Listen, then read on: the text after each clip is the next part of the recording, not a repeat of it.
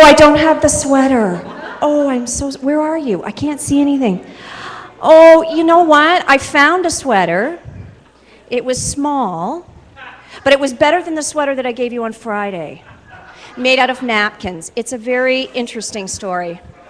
So, hello everybody. I'm Optimum, not to be confused with Octomom, because when I got on Twitter the first time, there was a dude on there going, "Hey dude, why are you following Octomom?"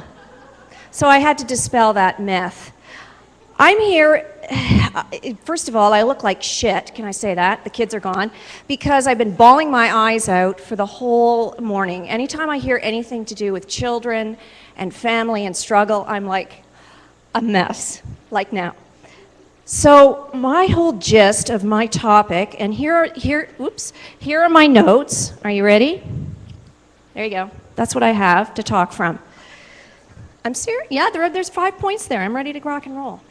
So I would like you to do me a favor right now. Can I get you to all close your eyes? I want you to live a moment in my life.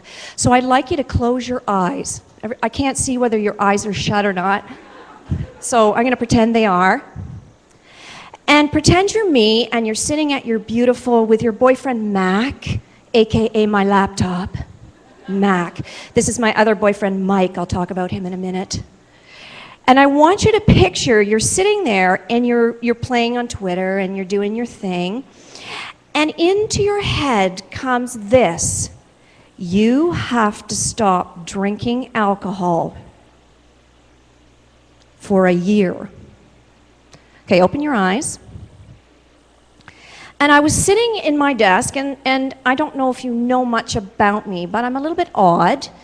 And I get messages, I do, I freely admit that. But when that came into my head, I didn't quite know what that meant. And I thought about not drinking, so I put it on Twitter. OMFG, Hill Air E Ouse, or us. My DMs were filled with, "Oh my God, do you need a support group? What's the problem? I didn't know that. Oh, Laurel, I feel so bad." Then there were other people going, "Hello, your two favorite things are shoes and wine. What are you thinking?" Oh yes, high five. I don't know who that is, but yay. Oh, D. So funny enough, D says, "Today I'm not talking about alcohol." And I am. Woohoo! So I'm filling your shoes, so to speak. And I didn't know what this meant, but around the same time, I had a few thousand epiphanies. It's not great that you have one, but when you have a few thousand, it's a little incredible. And the first epiphany was that I really wasn't happy being Optimum any longer. I wasn't happy in the work that I was doing. I was somewhat unfulfilled. Anybody in here ever felt unfulfilled in their career path? Yes.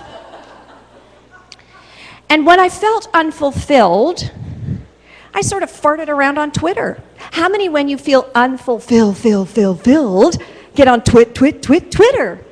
Yes, high five, raise your hand, hallelujah. And I found I was spending more time goofing off on Twitter, like developing my 25,000 tips to improve your sex life.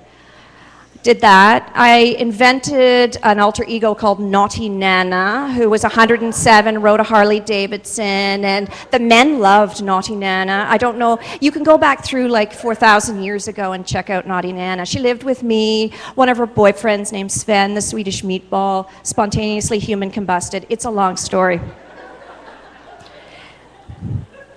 Hi, I'm weird.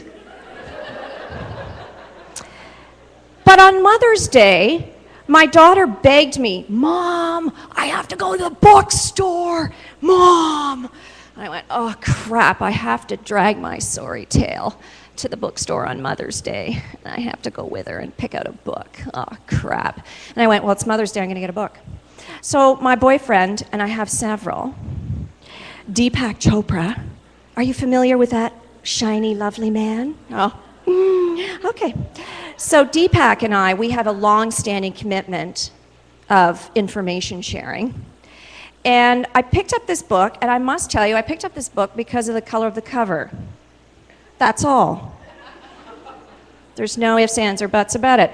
So I start reading this book, and I want to read just something that I found quite fascinating, which ties in with the message that I got to stop drinking. And this just, I was standing there, and have you ever had a moment where you feel like bzzz, like you have this, this energetic connection to like, what the was that? Well, here's what I read. Now tell me if you wouldn't have pooed your pants too on this. Mature spirituality requires sobriety of awareness. Hello, Deepak. If you are sober, you are responsive to feedback, but at the same time immune to criticism and flattery. You learn to let go. Oh, he didn't put that in, I did that. That was myself. That was for you. That was just for you, because, you know, I like to do voices too. And you do not worry about the result. And when I read that paragraph, I knew I'd been false in my whole life. I knew from the time I was 2 what I was supposed to do on this earth. I knew by the time I was 5, when I had a blackboard in my bedroom and I was teaching every day my stuffies and my dollies exactly what I learned. And there are others out there, because I've talked to them, and they said, I did have one of those too.